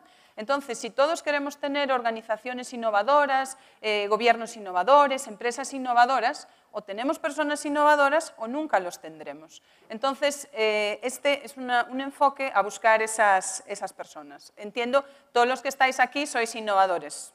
¿Lleváis un innovador dentro? ¿Sí? Más alto. Vale, vale. Vale. Entonces, ¿qué pasa? ¿Qué pasa? ¿Qué ha pasado y qué está pasando? Bueno, pues el mundo ha venido cambiando durante mucho tiempo, ¿no? Hemos ido como a la época de Galileo, yo me voy a ir un poco más al pasado más reciente, pero lo que ha pasado en los últimos años es que todo pasa más deprisa. Nos hemos dado cuenta de que lo que ha pasado en las últimas 60 décadas ahora se ha concentrado en 15 años. Y posiblemente lo que veamos que pasa en los siguientes 5 años es lo que ha pasado en los 15 años anteriores. Todo es rápido, todo es incierto. Entonces nos estamos dando cuenta que muchas cosas que teníamos ya no sirven. Y ya no sirven porque todo se mueve a una velocidad mucho más rápida, ¿no? Tenemos aquí un pequeño vídeo. No es que nadie le suene el móvil, pero se van a reñir otra vez.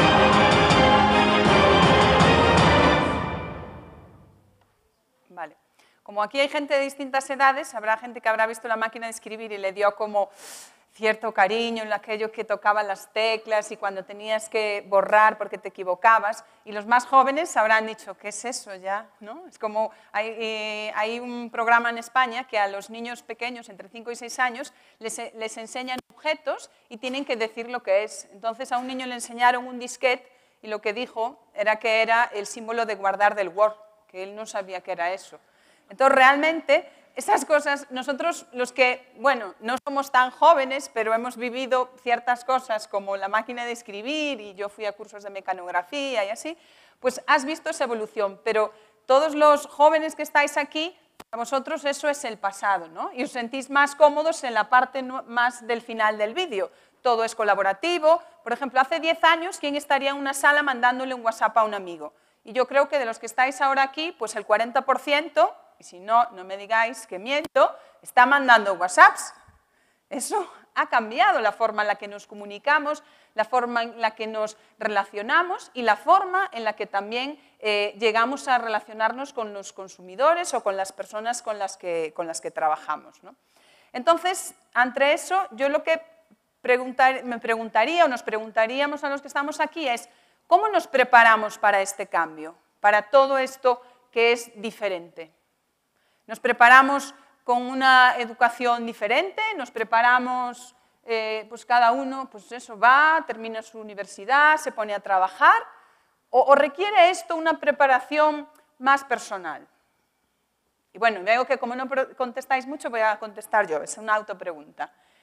Entonces, realmente, lo que está detrás de todo esto y que está cambiando es que antes se decía que la vida se dividía en primero estudiabas, después trabajabas y después descansabas, ¿no? Es como hasta los 30 años estudiabas, bueno, en Europa que somos más de salir tarde de casa hasta que ya te dejaban estar ahí en casa de tus padres, después te ponías a trabajar y trabajabas y trabajabas, y ya cuando te jubilabas descansabas y viajabas. ¿Qué está pasando ahora? Que normalmente las personas vamos a tener que hacer eso durante toda nuestra vida. Vamos a tener que estudiar, tenemos que trabajar y tenemos que descansar durante toda nuestra vida. Entonces vamos a tener que estudiar con 5 años, con 30, con 60 y con 70. Y eso es un sistema educativo también muy diferente al que estamos acostumbrados a vivir. Y entra dentro de esta cultura de aprendizaje personal. Debemos ser capaces de sobrevivir en este mundo que ya está ahí, no es el mundo que viene, es el que está ahí, si hacemos suficientes versiones de nosotros mismos e iteraciones. Iteración lleva siempre asociado la palabra experimentación y que puedes fracasar y que puede fallar y que no va a pasar nada, pero que vamos a replicar cosas nuevas que vamos a aprender constantemente. Entonces, para esto, simplemente no es o soy innovador o no soy innovador, es estoy dispuesto a estar siempre aprendiendo y lo más importante, a desaprender, porque vamos a llegar a un momento en que muchas cosas de las que hemos aprendido hasta llegar a este momento tenemos que dejar de hacerlas. Por ejemplo, cuando una inteligencia artificial haga análisis, yo ya no tendré que hacer diagnósticos y análisis de datos. Yo tendré que hacer síntesis y tendré que tomar decisiones sobre eso que va a hacer una inteligencia artificial. Entonces tendré que desaprender cosas que he hecho durante muchos años, que era poder estar elaborando esos documentos. ¿Y qué pasa? Que a los humanos nos cuesta cambiar, porque como he aprendido una cosa, después lo que quiero es hacer esa cosa durante toda mi vida. Entonces ahora nos enfrentamos a que realmente estamos en un constante cambio. Aprendo y desaprendo, y lo que he aprendido igual no me sirve o no me sirve de la misma manera. Entonces, buscamos esas personas que realmente estén buscando o estén en esa línea de aprendizaje personal.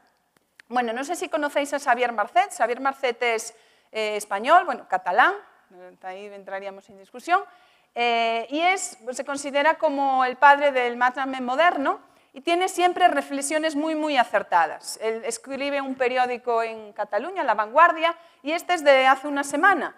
Y realmente me hablaba un poco de, pues eso, qué va a pasar cuando el desempleo tecnológico llegue, cuando realmente todo el trabajo que nosotros estábamos acostumbrados a hacer de una manera, vengan los robots y lo hagan por nosotros.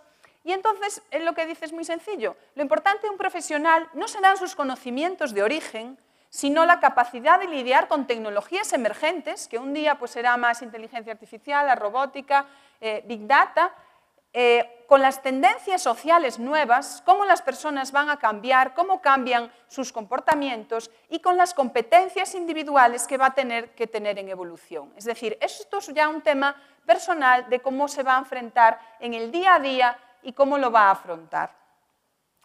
En línea con esto, estos son datos del Foro Económico Mundial, donde aparecen las 10 habilidades que van a ser top en 2020. Esto es ya de hace creo que 2 años o así, cuando lo sacaron. 2020 parecía que llegaba, aún faltaba. 2020 ya está en la agenda de casi todos porque es el pasado mañana. Y lo curioso es que si comparamos las habilidades del 2015 con las del 2020, vemos que hay una que desaparece, que es la de control de calidad. A nadie le puede extrañar por qué va a desaparecer la habilidad de control de calidad. ¿Por qué? Claro, porque ¿para qué tienes a alguien controlando si esto es de calidad, cumple o no cumple, cuando las máquinas lo hacen mejor que nosotros? Ya hay datos de cómo se puede hacer un diagnóstico de cáncer mejor con una máquina que con un profesional médico. Eso no quiere decir que el médico no vaya a tener trabajo, va a tener otro tipo de trabajo. Y, por otro lado, lo que vemos es que en 2020 hay una habilidad que sube muchísimo, y es la de creatividad. Y creatividad va muy en línea con lo que nos decía Diego. Creativo es estar siempre pensando como piensa un niño, como cuando ve una cosa por primera vez, y no es llegar a su trabajo y decir, a ver, ¿qué tengo para hoy? voy a hacer lo mismo que ayer, o tal, ese desánimo. No, es cada vez que te enfrentas a algo, aunque sea tu día a día, lo haces con una actitud de creatividad y la haces pensando en que puedes construir algo nuevo sobre eso.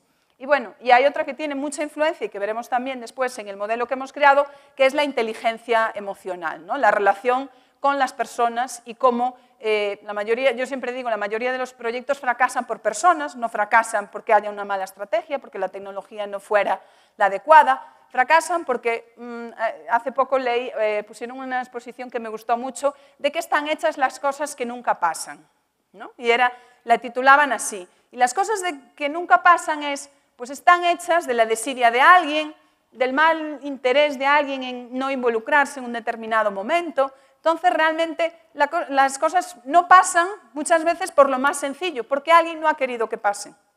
A veces también pasan por lo contrario, ¿no? Entonces, ¿qué creéis que haréis vosotros, ¿no? Y qué haréis en el sentido de seréis investigadores, seréis trabajadores, seréis emprendedores, pero ¿qué os dedicaréis o a qué os gustaría dedicaros? Y aquí, en línea con esto, es un poco, pues de esto hay mucha filosofía últimamente, ¿no? Mucha tal, de cuáles serán los trabajos del futuro. Y estos son extractados de varios artículos.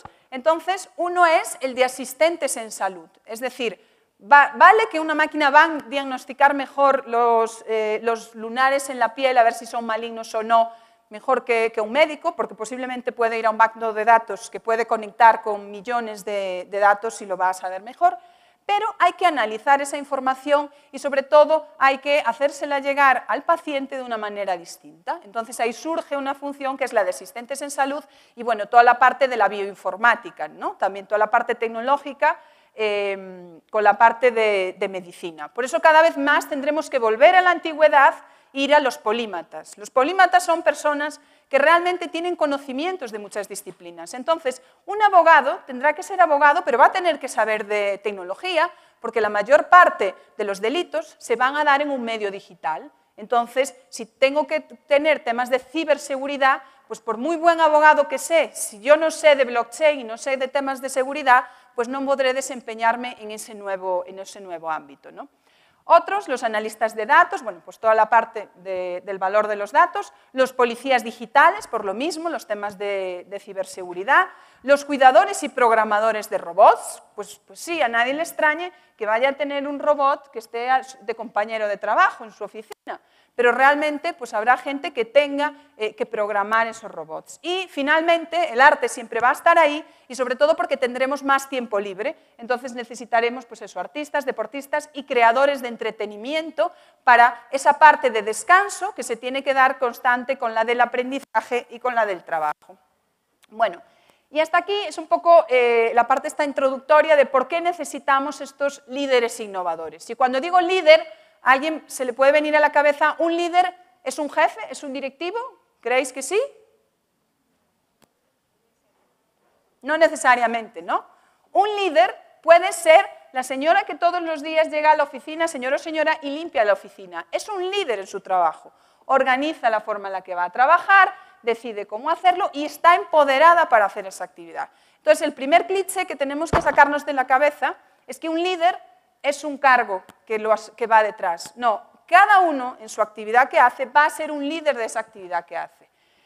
Entonces, este nuevo estilo de liderazgo hemos dividido, bueno, viene un poco del análisis de un libro que también os recomiendo, que es el ADN del innovador. Ahí se habla de 5 habilidades que deben de estar dentro del ADN de un innovador y bueno, está también completado con otros artículos y a partir de ahí construimos este modelo de líder wow que tiene las 10 habilidades y lo curioso de estas 10 habilidades es que una es cognitiva y 9 son conductuales. Esto quiere decir que solo con una es con la que nacemos, y unos pueden tener más o menos esa habilidad, pero las otras 9 se entrenan y se pueden desarrollar. Entonces, esa es la buena noticia del día, que todos podemos ser esos líderes wow, ¿no? Entonces, para hacerlo más sencillo la explicación de las habilidades y que todos participéis, vamos a poner una foto y me vais a ayudar a identificar qué actividad, qué habilidad está detrás de esa fotografía, ¿no? Entonces, tenemos la primera foto. ¿Cuál creéis que es? A ver, los que estén dormidos no pueden hablar aquí. Ejecutor.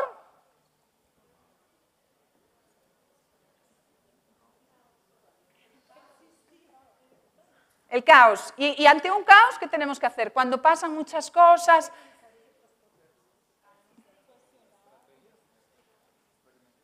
No le he oído todavía, estoy a ver si salta.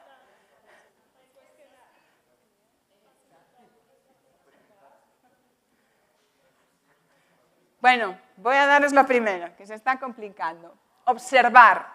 Es decir, si estamos aquí, lo primero que dices es, Dios mío, cuando fui a la India era como estos cables por aquí, cuando llegas a un sitio que no conoces, ¿qué haces? Observas.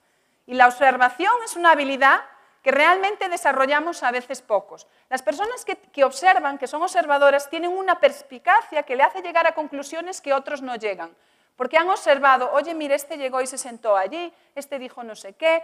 A mí, yo siempre tuve un jefe que me dijo, donde más se aprende es que tú entres a un despacho y miras siempre lo que tiene encima de la mesa. Mira, pues de quién es el cenicero, cómo están los libros, cómo tal. De esa capacidad de observación, os sorprenderíais la de inputs o de insights que recogéis para poder llegar a conclusiones. Entonces, la primera habilidad que tenéis que desarrollar es la de la observación. Y la observación no de llegar y miro aquí, ay, sí, hay como 30 personas, tal, y ya me voy. No, no, mira, pues claro, mira, y tiene estos zapatos, entonces debe ser que le gusta no sé qué. Es como esa observación constante por ir más allá de lo que vemos en apariencia. La siguiente, esta podría ser sacada en Medellín, que son... ¿Esta qué se os hace? Creatividad, ¿no? Bueno, alguien que coge una bici y le pone una silla de playa para transportar realmente, a ver, ¿es creativo o no es creativo? Pues sí, realmente esta es la de creatividad. Entonces, bueno, esto es una frase de Einstein, la creatividad es la inteligencia divirtiéndose, realmente es dejar un poco esa mente abierta a que te surjan nuevas ideas y ganas de hacer cosas de manera distinta. Esta...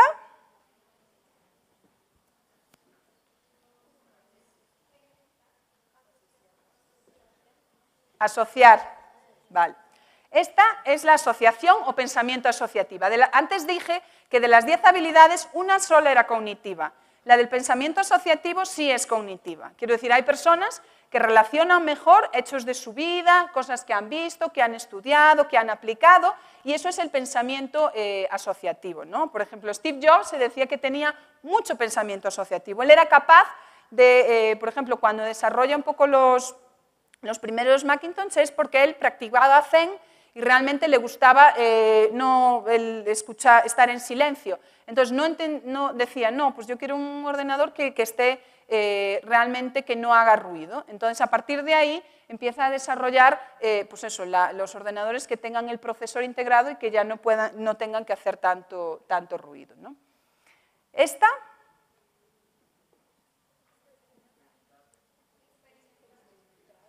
¿Sí? A ver, esta o este es el que desde pequeños os han dicho, si ustedes salieran de casa así, con los zapatos desiguales, ¿qué os diría su madre? La de Diego le diría, eres un desobediente o eres un cuestionador. Oye, ya me estás retando, me estás cuestionando el status quo. Realmente los zapatos se llevan siempre de la misma manera. Bueno, pues realmente sí, este es un cuestionador. Un cuestionador, las personas que tienen esta habilidad realmente son las que tienen un ratio pregunta-respuesta más alto que la media. Son las que están todo el tiempo. ¿Y esto por qué? ¿Y esto por qué pasó así? ¿Y por qué no? ¿Y por qué no lo otro? Y tal, que a veces son como cansinas, ¿no? Pero y todos conocemos, alguno pensará que tiene gente en su departamento o así, que es como, este está siempre con sus preguntitas. Pero realmente, si no hay gente que esté haciendo esas preguntas, no se va a llegar a veces a conclusiones que otros no van a llegar porque consideraban que todo era demasiado aparente. Entonces, debemos cuestionarnos todo, debemos cuestionarnos por qué esto se hace así y no de otra manera. ¿Por qué esto alguien dijo que tenía que ser así y no puede ser de otra forma? ¿Esta?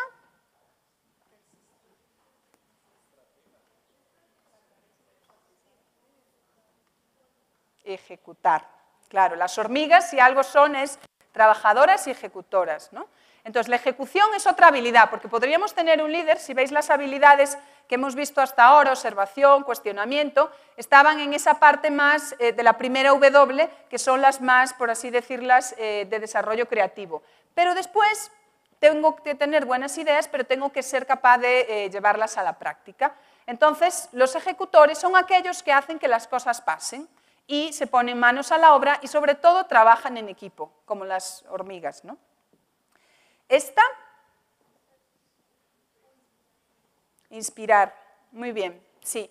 La habilidad de un líder es inspirar a crear otros líderes, empoderar a otras personas que tiene cerca y tener esa capacidad de generar esa inspiración en los demás. Entonces, cuando nos rodeamos de un líder, lo bueno es que aparentemente después vas a tener más líderes, porque un líder te va a generar otros líderes.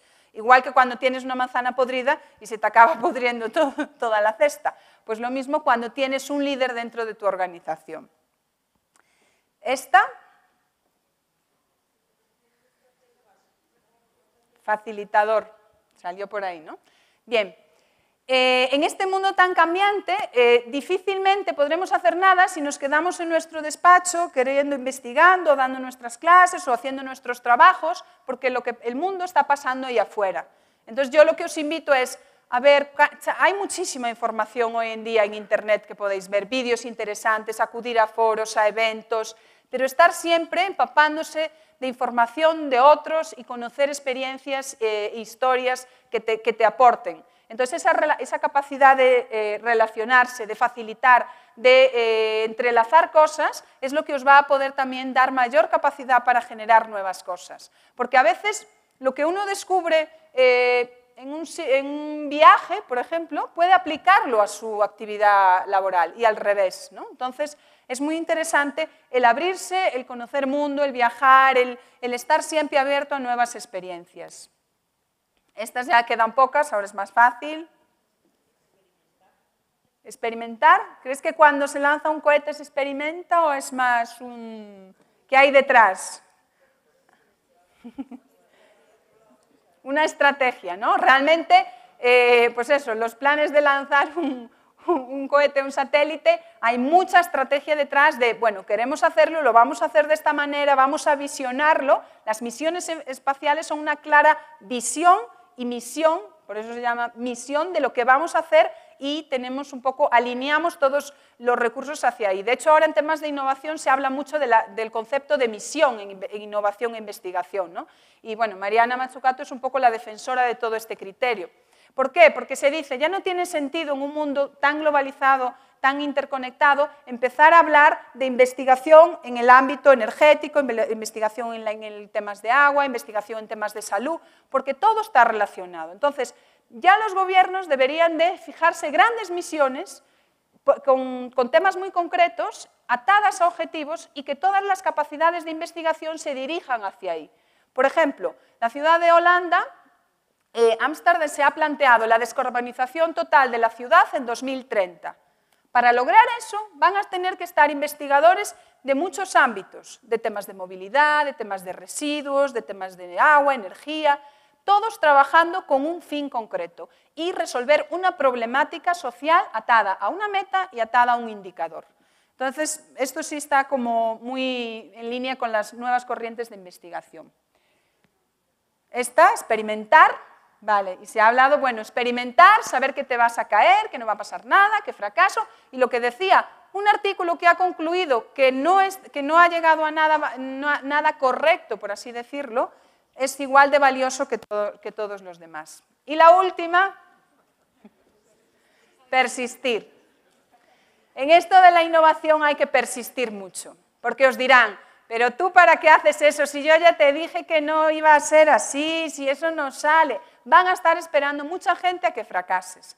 Entonces, tienes que rodearte de una coraza de persistencia y sobre todo de buen ánimo, de buen humor y de saber que tienes que insistir, persistir y nunca desistir, ¿no? Esa es la última habilidad del líder. Vale, porque es mucho. Y finalmente decíamos que son 10 habilidades, que son estas 10, y un estilo de dirección.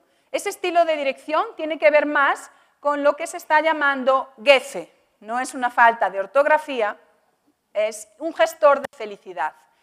Si las organizaciones van a ser pues, robots que trabajen, que hagan actividades pues, más mecánicas y muchas personas que tienen que interactuar, lo que nos vamos a convertir es en gestores de emociones, porque las personas pues somos personas emotivas, unos más que otros, pero sobre todo pues eso, los latinoamericanos y los españoles y los italianos, como latinos que somos más emotivos, ¿no?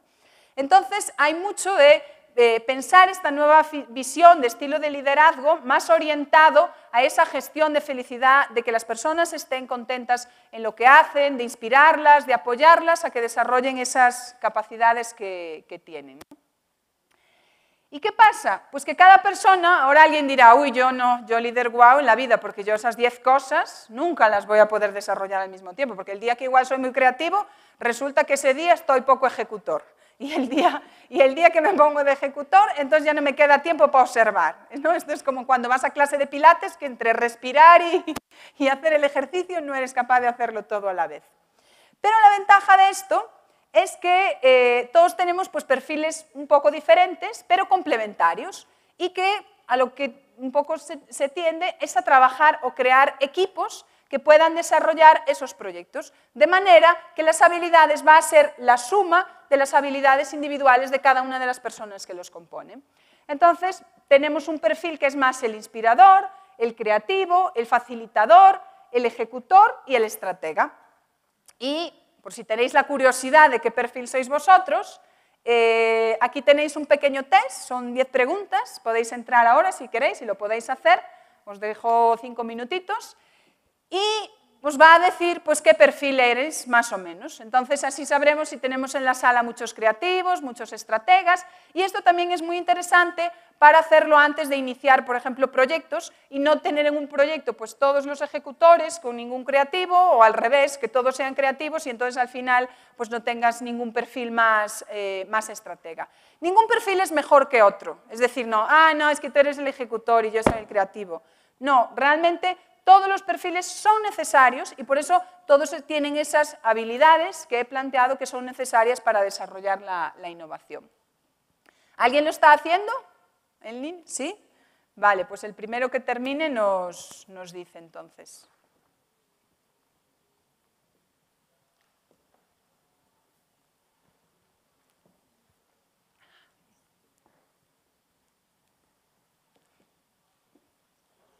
Fácil. Bueno, Fernando ya lo hizo y nos dice y que yo lo había hecho y no con los deberes hechos.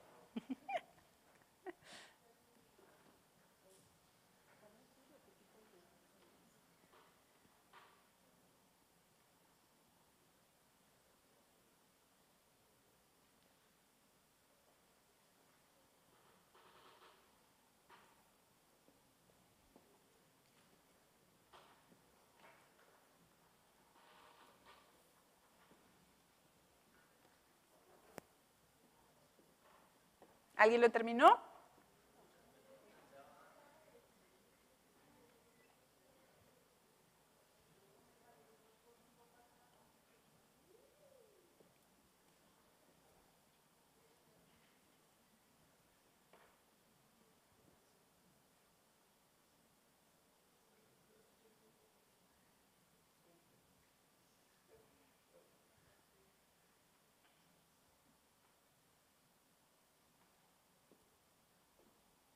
¿Por aquí? ¿Alguno lo terminó?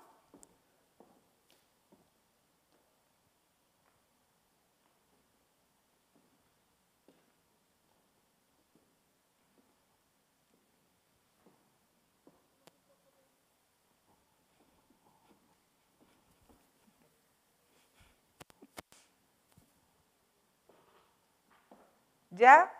¿Te sonríes mucho? ¿Ya te salió? No.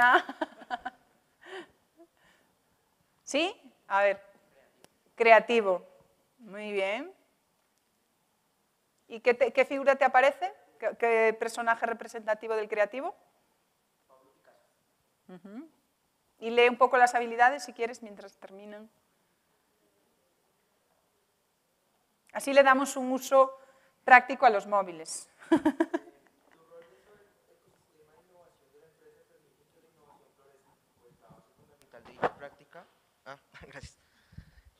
son la idea que permiten la mejora y el desarrollo de nuevos productos, servicios y procesos en la empresa. Eres la persona que observa, cuestiona y hace asociaciones de todo tipo, incluso en ideas y conceptos aparentemente inconexos. Con tal de explorar nuevas formas de concebir la realidad, la curiosidad y la aptitud para el aprendizaje son tus mayores fortalezas y tus mayores fuentes de inspiración. Vale, muy bien. Y por aquí que tenemos un inspirador. Sí. Tu rol dentro del ecosistema de innovación de la empresa es fundamental, pues permite la iniciación de esta práctica, generar inspiración y motivación en los demás para participar de manera activa en la generación de ideas. Trabajo en equipo y en general en la apropiación de la innovación en las actividades diarias de la empresa. De igual forma, será la persona que elimina barreras y crea oportunidades para asumir nuevos retos. Muy bien. ¿Alguno más distinto? A ver, facilitador. Unos conocimientos y personas con tal de hacer posible el desarrollo de una idea. Tienes desarrollada la habilidad de pensamiento asociativo y el conocimiento amplio de diferentes temas que permite encontrar oportunidades para colaborar de manera interna y externa en pro de alcanzar objetivos trazados. Bueno, yo que conozco a Luisa, creo que está muy bien diagnosticado el facilitador. ¿Alguno más? ¿Nos queda algún ejecutor, algún estratega? El ejecutor.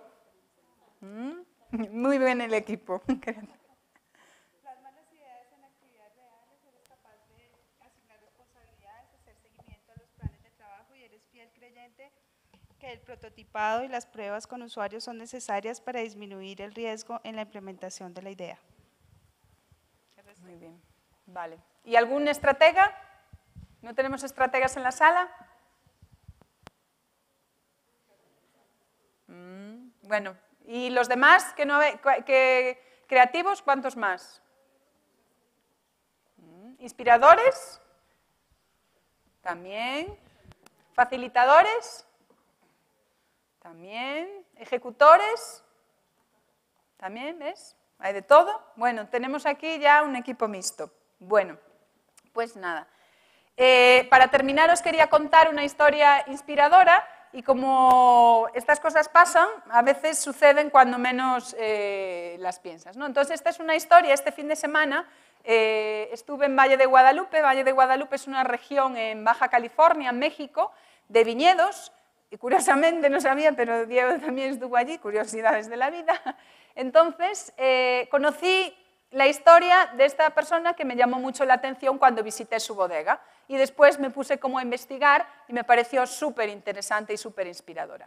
Bueno, no sé si conocéis un poco el proceso del vino, pero normalmente pues, el proceso del vino es un proceso bastante clásico en el sentido de que pues, se cosecha la uva, se recoge, hay pues, un proceso mecánico, puede haber bueno, un proceso más natural de pisado por personas, pero ya se usa muy poco, entonces es todo mecanizado y ya una vez, pues eso, si el vino es blanco, si es tinto, tiene un tratamiento distinto, pero a partir de ahí siempre el paso del vino de unas cubetas hasta las barricas, hasta las botellas, es por procedimientos mecánicos, ¿no? Es decir, se saca de la barrica, por un proceso mecánico se lleva a las botellas. Bueno, pues este chico, Alfonso Granados, era un estudiante de Derecho, de hecho hizo Derecho, su padre quería que hiciese Derecho, pero él tenía una inspiración o una pasión y es que le gustaba mucho toda la parte de enología. Entonces, sin que su padre lo supiese, se fue a España, a La Rioja, y estudió enología en La Rioja y después hizo una maestría en enoturismo. Y regresó a su tierra, a Valle de Guadalupe, y montó un proyecto de una bodega, que es una bodega que lo que él tiene es la premisa de eliminar los procesos mecánicos en el tratamiento del vino. Entonces, ¿qué proceso planteó utilizar? Pues el de decantación, el uso de la gravedad, de manera que todo fuese trasladar el vino de un sitio a otro por un proceso de decantación. Bueno, esta es la bodega que tiene en unos paisajes súper divinos, la comida más divina todavía, y lo curioso es que él diseñó todas las piezas que hay en esa bodega. Estos tanques no son como los tanques normales que hay en cualquier otra bodega, que son hasta el piso, sino que son más bajos, tienen unas piernas más altas para poder vaciar después hacia las barricas. Y las barricas diseñó también unas válvulas para que pueda bajar el vino de esas barricas directamente a las botellas. Entonces, todo se hace por un proceso que aplica la gravedad. Y su filosofía es precisamente esa, la gravedad del vino. Y la gravedad del vino hasta tal punto, bueno, también, por ejemplo, todas las cubetas que existen en el mercado, todas las personas entran para limpiar la cubeta desde adentro. Las que él ha diseñado no tienes que introducirte adentro, sino que puedes lavarlas desde afuera. Y toda su línea de botellas pues, tiene una vinculación con Newton, que es el padre de la gravedad, y 981, que es el valor numérico de la gravedad, ¿no? Entonces hay como un concepto también científico un poco detrás de todo lo que ha hecho. ¿Y por qué resulta inspirador realmente? Porque él siguió pues, esa intuición o esa inspiración que tenía de que quería desarrollar ese sueño de ser enólogo, fue desobediente. Un poco esto no quiere decir que todos que no tengáis que hacer caso a vuestros padres, pero sí creyó que por ahí era su camino y lo puso en práctica. Ese ejecutor planteó un plan, de hecho el plan que tiene ahora es crear un gran hotel también en esa zona a 3-4 años y le dio un concepto a todo eso. Entonces realmente creo que de las habilidades que hemos visto de observar, de cuestionar, después de ser creativo en el diseño, de la parte de ser un ejecutor, ser un estratega, me parece que cumple muy bien todas esas habilidades, ¿no? Entonces, por lo que estamos aquí hoy era por dos cosas, una para escuchar un poco este modelo de líder wow y la otra es para presentar algo nuevo que se va a poner en marcha en la Universidad Militar. Entonces, lo que se busca es que esas habilidades que cada uno de vosotros tenga, pues que realmente encontréis vuestra inspiración y que podáis llevarla a la práctica, ¿no? Y que sea la universidad el camino que os va a ayudar, un poco el vehículo, como si fuese este portaaviones en el que podéis salir con vuestro avión, llegar con vuestro avión, pero realmente vosotros sois los que vais a marcar el destino de hacia dónde queréis llegar con ese avión, ¿no? Entonces, buscamos eso, que vuestra inspiración realmente encontréis esa inspiración y que la podáis llevar a la práctica. No sé si alguno de vosotros ha visto esta imagen en los últimos días. ¿Sí?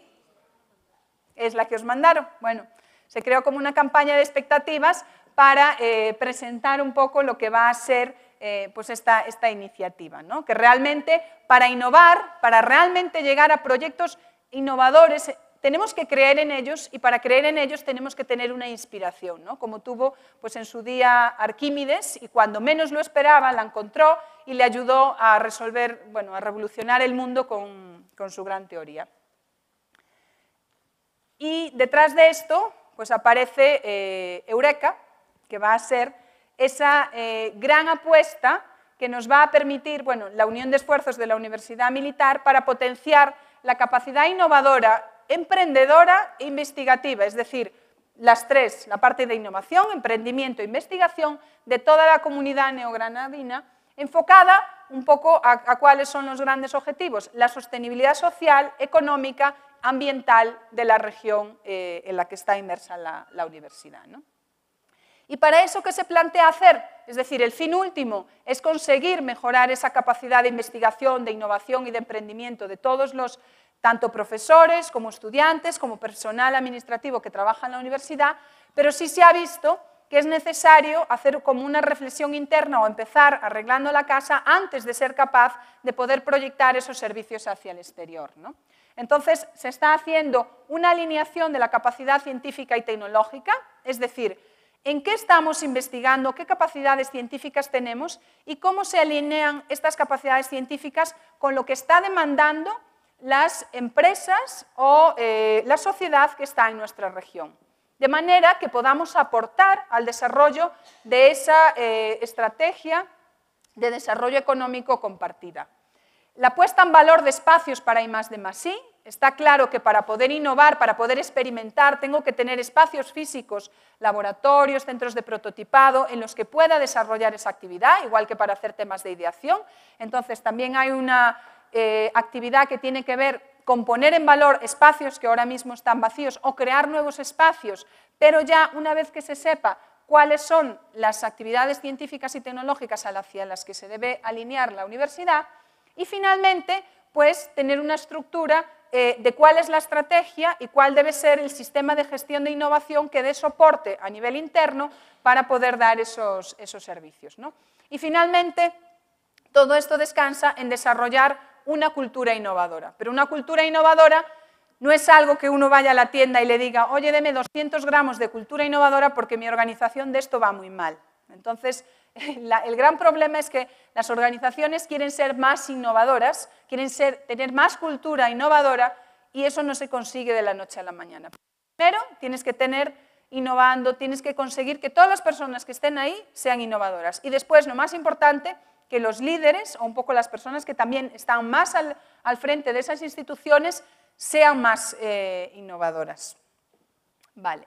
Entonces, el proyecto tiene un alcance del equipo más de trabajo, que es dirección general, los jefes de área y los decanos, pero también están como grupos de interés los docentes, con sus actividades de profesorado y relación con los estudiantes, que estáis hoy aquí, tanto de pregrado como de posgrado, las empresas, como las entidades con las que hay que relacionarse en el ámbito externo y el personal administrativo que trabaja en la universidad. Entonces, el proyecto o el programa actuará sobre estos grupos de interés y habrá actividades y, bueno, en los próximos meses que vayan orientados hacia un otro colectivo. Lo que venimos un poco a pediros aquí es que realmente participéis de estas actividades, es decir, que sea algo de lo que hagáis parte y que os sirva para poder desarrollar pues, esa inspiración que alguno de vosotros tenga de llevarla a buen término.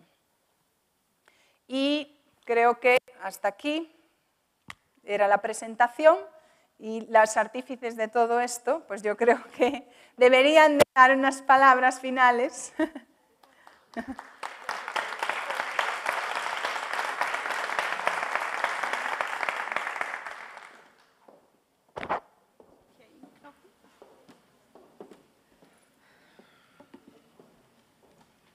Hola. Bueno, muchas gracias Sandra, muchas gracias Diego, muchas gracias por estar acompañándonos hoy y por supuesto a todos los que están aquí. Este es un proyecto muy importante para la universidad. Llegan grandes cambios para todos, desde todo nuestro sistema de investigación y el rector lo dijo, nuestro sistema de investigación tiene que verse desde la responsabilidad y pues tenemos una responsabilidad con la sostenibilidad y pues Sandra lo ha dicho, está todo el tema de sostenibilidad ambiental, social, sostenibilidad económica para nuestra institución, pero digamos esos cambios no lo podemos hacer solos. Necesitamos realmente a todos y a todas los que se encuentran aquí, todos los que están fuera de este lugar, porque este es un ejercicio que no se hace por el cambio de una persona. Si queremos cambios, todos tenemos que cambiar. Y entonces, pues vamos a acostumbrarnos a ver mucho a Sandra, a Paula, por favor, que ellos van a estar acompañando, vamos a tener trabajo con los grupos de investigación, vamos a tener actividades con los semilleros de investigación, con los estudiantes, porque queremos que todos entremos dentro de esa cultura de la innovación y eso lo vamos a hacer en compañía de Sandra. Quiero agradecer a Luisa Fernanda que ha venido acompañando este proyecto, que es la jefe de desarrollo tecnológico, al profesor Fernando Cantor también, que es nuestro asesor, y al profesor Alberto Méndez, que también nos ha acompañado en este proceso, y por supuesto a todos los que en adelante se van a venir sumando. Este es un proceso que va a ir sumando gente y esperamos que ustedes repliquen con los que no estaban acá todo lo que va a pasar de aquí en adelante. Van a escuchar mucho del proyecto Eureka y pues ya saben que todos son bienvenidos y hacen parte de esta misma familia. Así que Eureka, lo encontramos. Igual nos subimos todos para hacer, si quieres, aquí una foto con el logo. ¿Sí? ¿Qué hora vienen las premios?